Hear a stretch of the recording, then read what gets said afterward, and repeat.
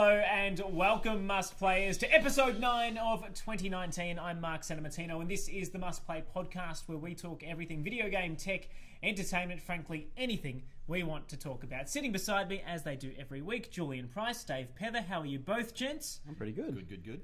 Let's get right into the news straight away, because something that could just change the fabric of video game loyalty in general happened this week, and it has to do with Sony and Microsoft. Do either one of you want to fill me in, like, what's actually happening here? Well, they surprisingly agreed to a truce almost. The whole cloud industry that's coming up, it's obviously going to be pretty competitive for both of them. So they've decided to shake hands, and it's mostly Sony, I believe, who are begging Microsoft to use their servers. Yeah. So, well, this was always going to happen. It's something that we actually spoke about before on the podcast, I think last year, but in terms of Nintendo, saying that they were always lagging behind. And I suppose when it comes to simply being a tech company, Sony is as well. They create much better entertainment than Microsoft does, but they do not have the computing power or the business model, which is so much broader like Microsoft's, to really support investing in the servers, which really, the size of the servers that they're investing in at Microsoft, there's only 3 in the world. Theirs, which is called Azure.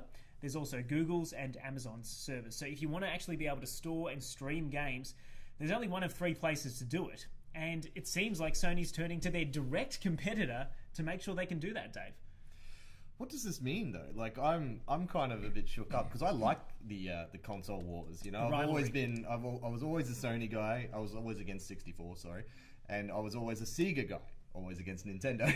Blasphemy. Until now. Now, you know, Nintendo's kind of up on its own little cloud up here. But are they still going to be competitors though? Like, or are they actually going? there's got to be some sort of rivalry. There has to be. I think a lot of people got really excited thinking that this is going to literally be the amalgamation of them and their brands for when it comes to gaming, that we would see Master Chief sitting alongside a store with Nathan Drake and you'd be able to buy both. I don't personally think that's going to happen. It is really a deal to do with their servers and cloud gaming.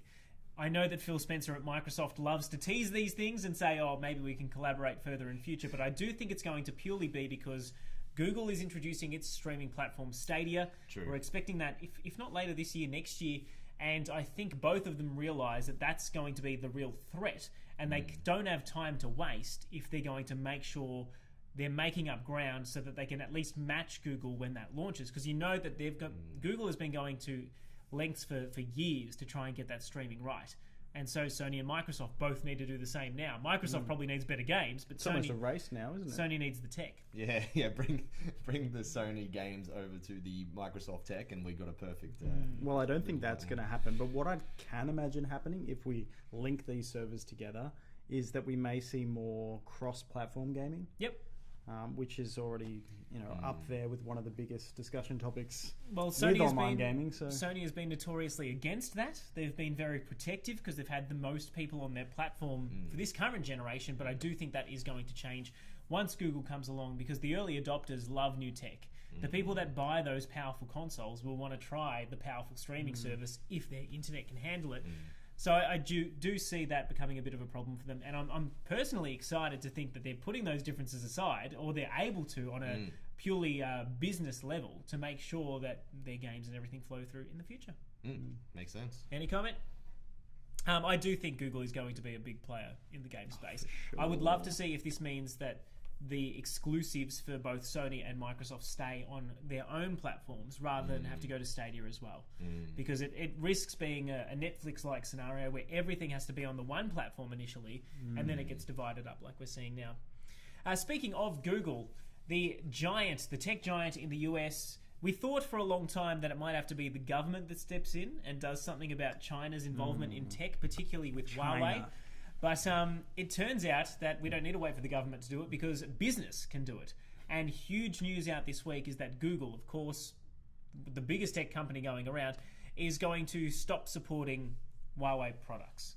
Now, there's been so much controversy over the years with Huawei. We know that in Canada, they detained one of the Chinese executives there for quite some time over allegations that they were using Huawei technology to actually spy on the US and North America in general.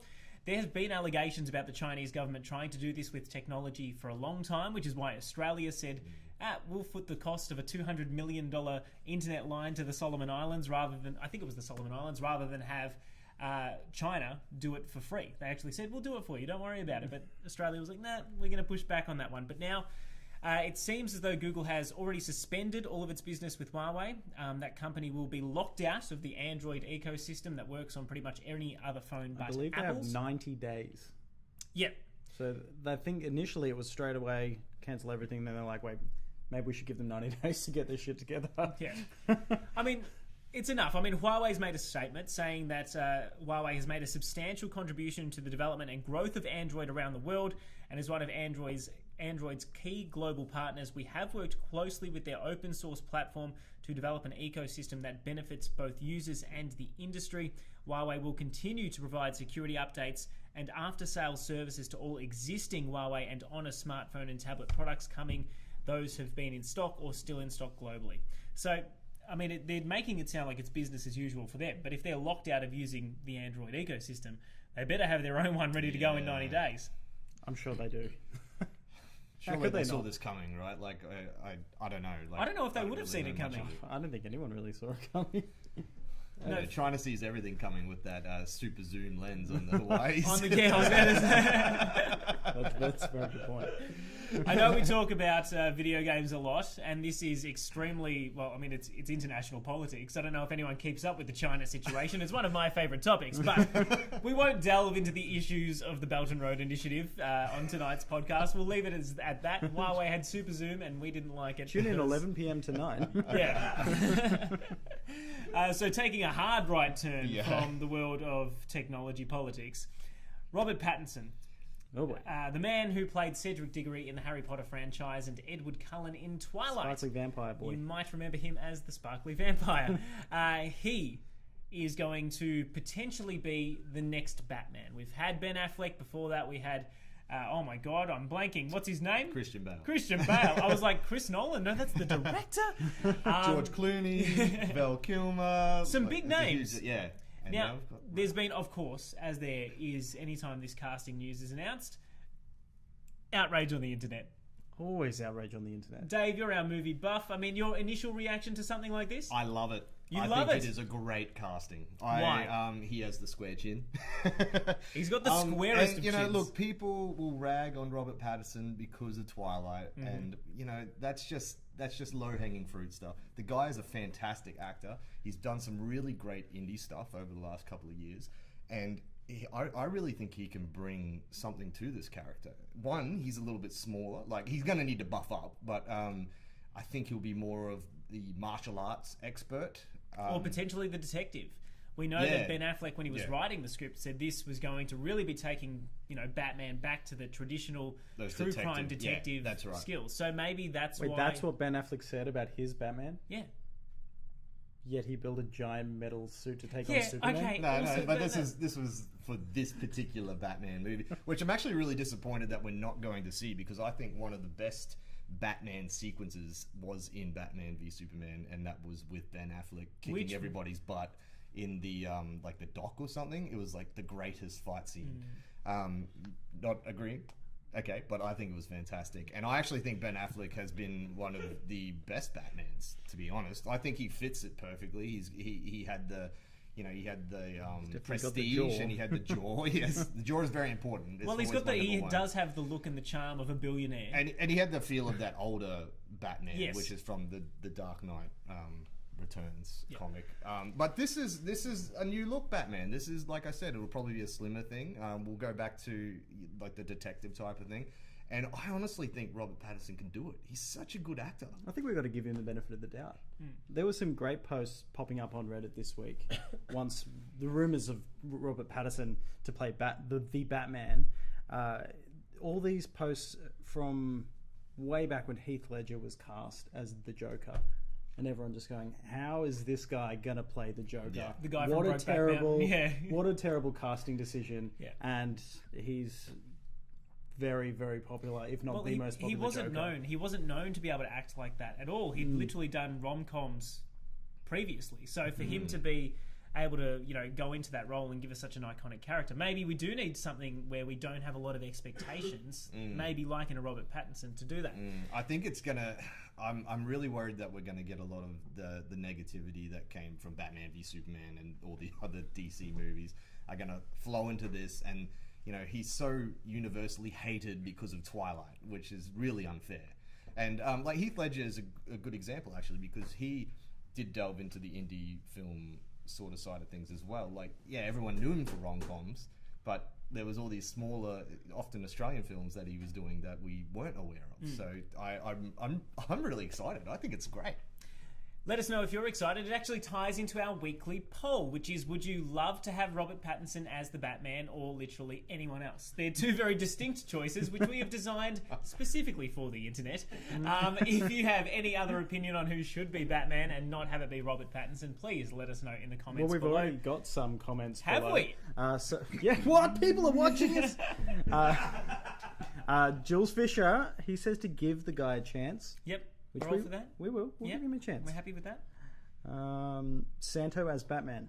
Thank you, Peter. You do have the concept. Matt says Pattinson will be a mad dog Batman. So? Sorry, who would be? Oh, Pattinson would be a Mad Dog Batman. Yep. Look, there were some other rumours floating around for a long time, whether Jake Gyllenhaal might be a candidate. We even saw The Rock, Idris Elba, I think, was named in there again. I don't really have a preference. Personally, I'm so not against DC, but it's been tainted in my eyes. They've got a big hole to dig out. Although Aquaman, $1 billion movie. And I was going to say, I watched Shazam just this week. film. I really enjoyed Yeah. it. So they can do good things with the characters that they've got. Yeah. It's just a matter of actually getting the writing down pat. Reference Game of Thrones. We won't go there. And by the way, the poll for last week, Julian, do you want to run us through the results of that? We asked whether or not we would like a video game inspired by John Wick or Pokemon VR. Yeah, so we had a John Wick FPS and a Pokemon VR game. What would you prefer? John Wick took out the win. 61% of you thought a John Wick FPS would be a really good idea, and 39% of you wanted to see a Pokemon VR. So we said we might put this to developers out there, so we'll let you know how we go. Yeah, we'll float the idea. When we make millions of dollars, we'll be back with a much slicker podcast and probably a better host.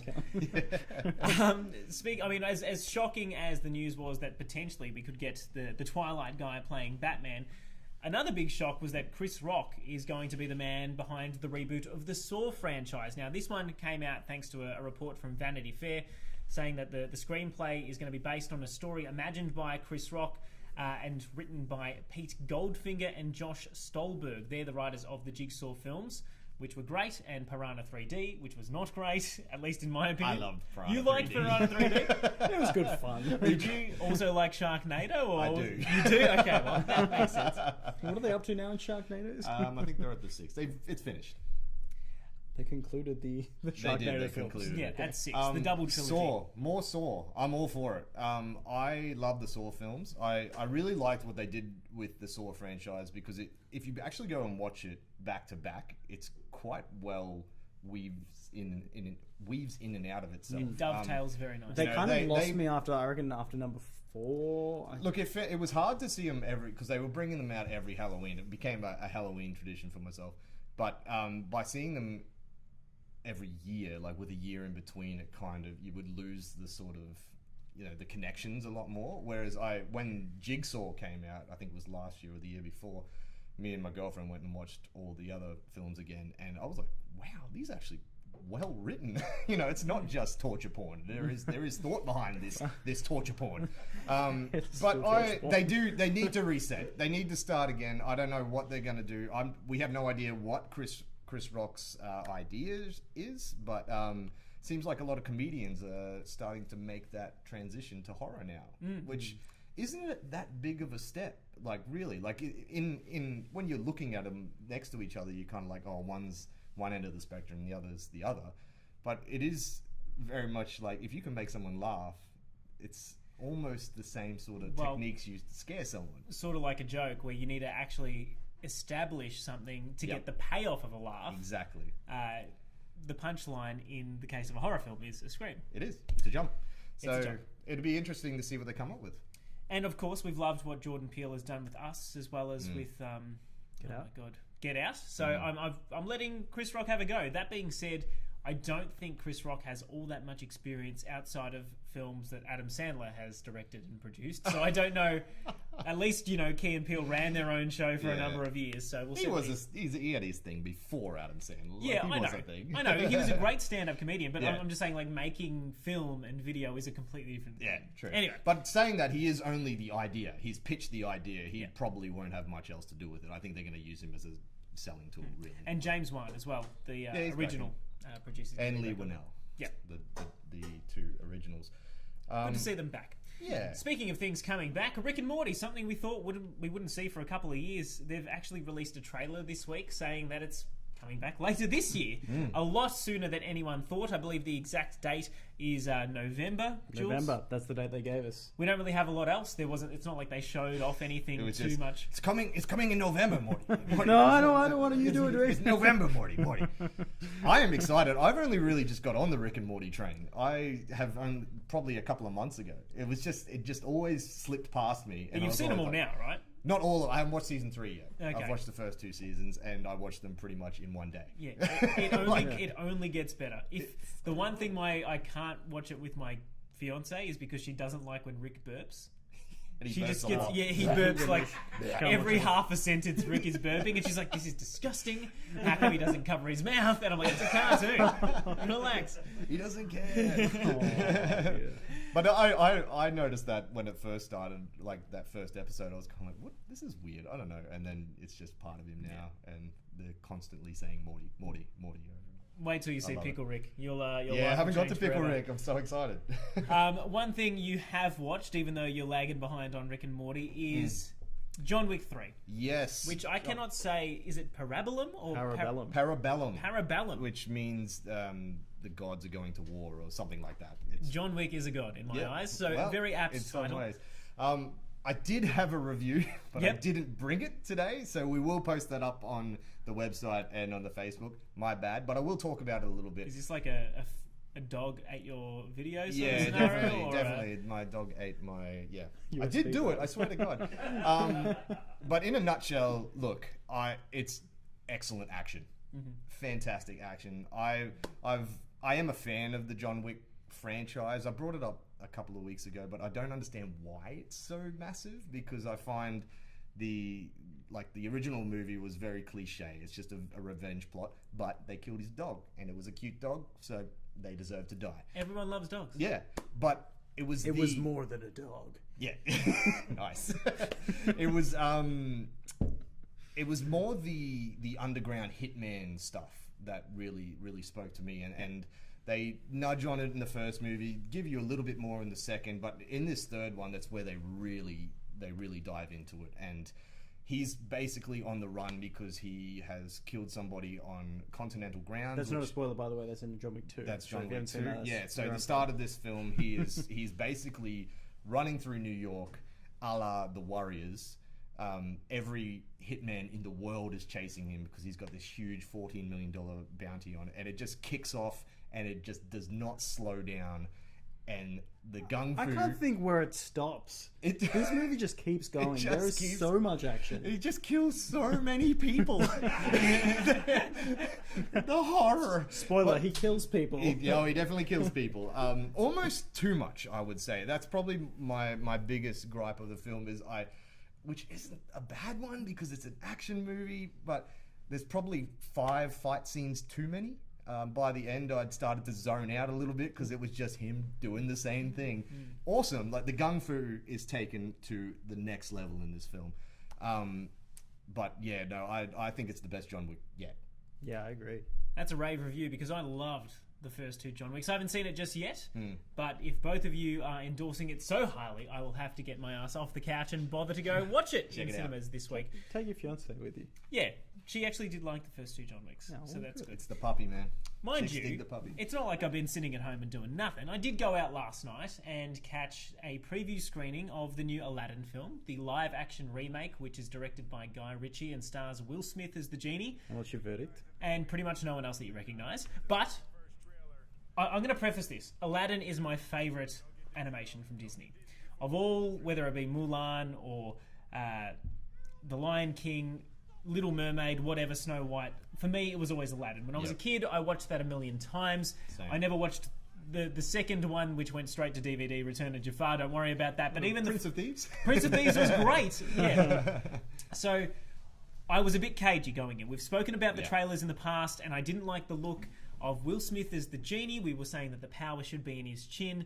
And there were a whole range of things that I thought just looked like weren't going to live up to the fantasy of the cartoon. I'm on my edge. I need to know. It's great. It's great. It's great. It's actually really great. I think the first 15 minutes are quite tough to readjust. Yeah. Because obviously it speeds up. The entire opening sequence where it's the fly-through of Agrabah, the first scene at the Cave of Wonders, meeting Aladdin, seeing Jasmine, that is like flies through at a clip you wouldn't believe. They get it done within about 5-10 minutes. Yeah. It's because we already know these characters, so I can see why they would have done Exactly, that. and it was a smart decision in hindsight because they've added things to this film that I weren't expecting, which I loved. First of all, Will Smith is the genie. He's not Robin Williams. He's never going to be. But he's good. Okay. Like, when I say this film is funny, it is actually really, really, really funny, and it's all largely because of Will Smith. His genie plays a completely different character. He's not as wild or as wacky, but he's got that smooth charisma, which of course Will Smith has, that really sells it. They've also added a whole heap of dance scenes. I know that sounds very Bollywood, but they're great, genuinely great, and they're also really, really funny. I won't spoil that. And frankly, the colour of the world, they bring it to life. It is perfect as Agrabah on screen in live action form. The only one complaint that I have is that they cast Jafar way too young. The guy they've got playing Jafar looks like he's about late 20s. He's got quite a round head, which, if you've seen the cartoons, is not Jafar. That was the thing I whinged about last time we spoke about it. I thought he just has no presence as a Jafar. And He I think should be, what did he, like 60? Or like he looks old. You need a in the- Jeremy Irons type. I don't know who that is, but he sounds nice. Mr. Irons. Yes, he sounds like someone that could play Jafar. And he doesn't have the same presence. That being said, they've added a lot to this story. It's not the same simplistic story. Like, they've added motives for Jafar. They've added a whole heap of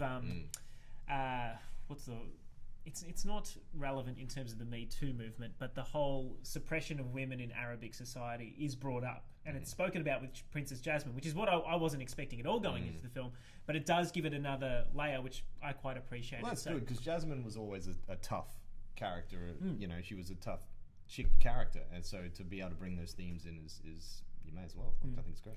It's a great film. I can't give my official review until 11 p.m. tonight, even though I kind of just did. Yeah, I was like, that's a pretty thorough review. Let's hope that Disney's not watching this. But I loved it. I hope that they are just happy with that, because that Rebecca film... Jade says that she's really keen for Aladdin now that you've spoken about it, and she will never trust you again if you're telling fibs.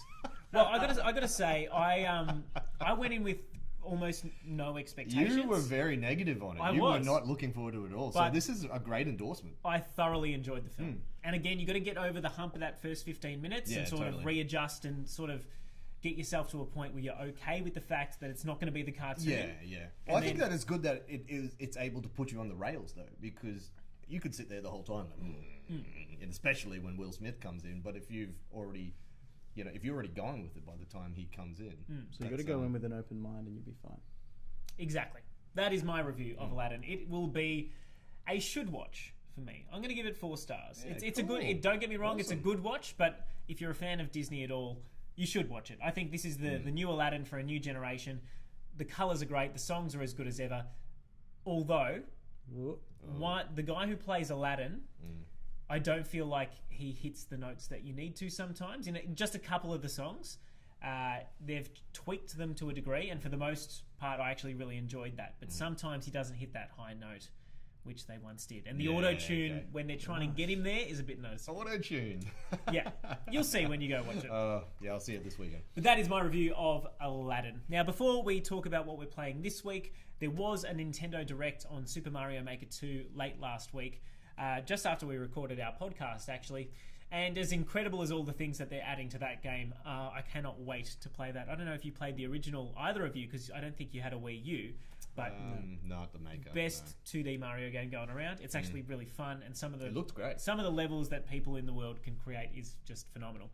The thing I wanted to talk about was announced right at the end of it, which was this idea of Nintendo game vouchers. Now, I don't know if you saw this fish because we haven't spoken about it. Looks lame. But the idea is that you pay $150 or $139, at once, and you get 2 tickets.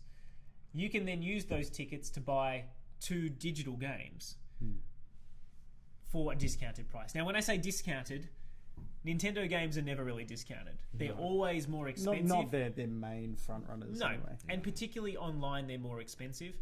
I think I've paid like $90 for pretty much every game when they can be released at Big W or JB Hi-Fi for $70, purely because I like the convenience of being able to just take it and not have to change cartridges. But it's not the biggest saving. So they've announced this, but my biggest problem is that they're giving you these vouchers. They're only valid for 12 months. So if you don't like a game that's on there in 12 months, you just lose your money. Yeah.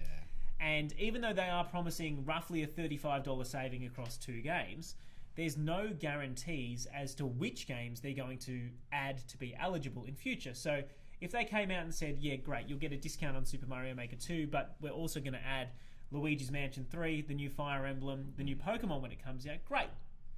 But they haven't said that. They haven't stipulated it. And it actually seems like the entire deal is going to end in just a couple of months in the States. Like you've only got 3 months to buy, 3 or 6 months to buy your vouchers. And then they'll last for 12 months, but they won't add anything more. That's what I read. Don't quote me on that just yet. So, I mean, again, I don't know where you stand with pre-buying things. I know it's been a big issue in the past for people that pay early for DLC that they're not happy with, or microtransactions and loot boxes. But it seems to me like a bit of a rip. Especially when some of the other games on there, when they quote a saving, instead of being full price $80, they're full price $50. So what are you saving across 2 games? I never want to do that. I rarely pre-order games. Yep. I can't even recall. Red Dead Redemption 2, I think I pre-ordered because I wanted to make sure I got a copy on the day it came out. But anything else, nothing, no season passes. I'm not one for giving my money in advance for things. I wouldn't pre-order a digital copy ever.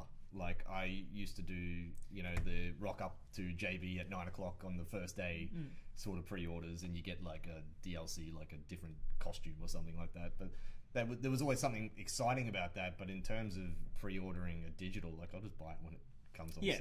Like, unless they're offering something in particular. Yeah. But if they were offering this up and you could. The entire Nintendo store was fair game. Yeah, that's great because there's a good chance I just bought Castlevania, the Castlevania collection last night, which I could have saved like $1 because it was $30. Mate. Get ready, that is their tough games. Have you ever played them before? Yeah. Okay, as long as you've played them. I've never got anywhere near finishing that first one. Good God, but I will try. But that's what I'm saying. Like I can't. If Switch is the perfect digital platform to buy games digitally, so I think if they're offering up the majority of the store, but if there's no like guarantee of what, my issue is the promise for the future. Because if you're buying a ticket, and I mean, as somebody who buys everything, like I've got Smash Brothers, I've got Zelda, I've got Mario Kart, I've got Mario Odyssey. Like there's so many games in that back catalogue. If I really wanted it, I would have bought it already. Yeah. So that annoys me. But anyway. Let us know what you think. Before we get to what we're playing this week, we've got a few more comments. Well, Darcy's noticed that Yoshi... Yeah, Yoshi's dead. R.I.P. R.I.P. Sorry, Yoshi. And Peace is quite happy with your suggestion of Jeremy Irons, potentially. And he's also come at me saying that if you star it, being the Aladdin review, that's official and that Disney's coming for me. And they probably will, let's be honest. It was the last we ever saw of Santo. Could you just imagine I just don't rock up next week? Yeah. Don't mess with Disney. Just I'm shoved into the jaws of the Tyrannosaurus Rex. All right, wrapping up this week, gentlemen. What have you been playing? I know that, Jules, you've been delving back into a franchise that I absolutely love. Well, speaking of the Nintendo store, it was cheap. So I picked up SteamWorld Dig, the first one, and I finished it in maybe just under 4 hours. Yeah, you can do it quickly. Pretty quickly. But it's a great game. It's fast, but it's really fun. It's really fun. It reminds me like of Terraria. Did you ever play Terraria? I've never played that. No. Like similar to that, but basically you just got to dig really far down, collect as many jewels and diamonds and whatever you can, and then you go and sell it and you upgrade all your stuff, and then you repeat until, if you so choose to do the storyline of this game. There is a loop in that you've only got so much light. You can only be underground for so long until you upgrade yourself and you get... I never found that. Didn't you? No, I just smashed through it. I can't really remember the first game, but the second game, that was a lot more restrictive. Yeah. Until you got to the story-based bits. And you've also got SteamWorld Heist. SteamWorld Heist. I've only just started playing that today. Yep. But it's completely different than SteamWorld Dig. Much like that SteamWorld game that you recently reviewed. Quest. SteamWorld Quest, but there was another word in there. The Hand of Gilgamesh? Gilgamesh. That's what I wasn't going to try and say. Apologies. Gilgamesh. Very different games all around from the SteamWorld series. So, I'm going to get on these. They look great. Well, they're really cheap on the Nintendo store at the moment. So. All right then. Jump on it, Fish. Although you've got your hands full with another kind of game. I do. I have been playing Sonic Team Racing. Team Sonic. Out today. All the way. We were kind enough, we were kind enough. We were kind enough. 5-Star Games were kind enough. We have been blessed with a review copy of this title. You're having a look at it, and I mean it's early days. We only got it the other day, but look, I've only had a few races this afternoon before this video, but next week I'll have a full review. But so far, I'm really enjoying it because I went in. We had a quick conversation about this earlier. I went in just being like, this is just going to be a nothing game because it's not Mario Kart, right? No matter how good it is, it's not Mario Kart. But there's enough differences in it. Like the team dynamic is really cool, but the design of the levels are really cool as well. Like, and it's Sonic, so I was going to like it. And you were saying that they're much wider. The tracks. So it does sort of lend itself to the teamwork aspect by knowing you need more. That's space right. Yeah, because I always thought Mario Kart's levels are quite narrow, whereas this one you just feel like you got a lot of space, and so the way things work is you have three. It's like you have a team of 3 racers, and you can sort of help each other out and give each other items and give each other like slingshot boosts and stuff. But listen, I'll talk a bit more about it next week when I've really delved into it. But so far, I'm really enjoying it. Good to hear. If you've played Sonic Team Racing or there's a game you'd like us to review, make sure you let us know in the comments below. Of course, you can catch everything we do at mustplay.net.au. While we're just chatting about racing, I wanted to mention one thing really quick. It's that the demo for Mario Kart Tour, the beta, which is available in Japan at the moment, images for that are already starting to leak online. So if you've ever wanted to wonder what playing Mario Kart on your smartphone might be like, you can find those images. It looks really cool, and it looks like it's going to be a one-touch game. Nintendo speaks a lot about their mobile games being one-touch. In Mario Run, it was literally just touch to jump, and it was quite in-depth, actually, despite the fact you only had one input. This looks like it's going to be a single touch, and you drag your thumb left or right on the screen to turn. So I'm imagining if you lift your thumb off the screen, that's like braking or letting go. No, you have to pay $2 to the App Store as a microtransaction to be able to every brake? time you lift your thumb. Oh, okay. Every time. Hey, Nintendo. Come on, Well Nintendo. You don't want our money like that, do you? Yes, you do. Let us know what you're playing and what you think of Mario Kart Tour at mustplay.net.au. Thank you, as always, gentlemen, for joining me. Thank you, Sam. Dave, thank you again for bringing in the most incredible props. My amiibo feel very inadequate. And if you've been tuning in, let us know what you like the most about the show or what we can do better. Thank you again for watching, and good night.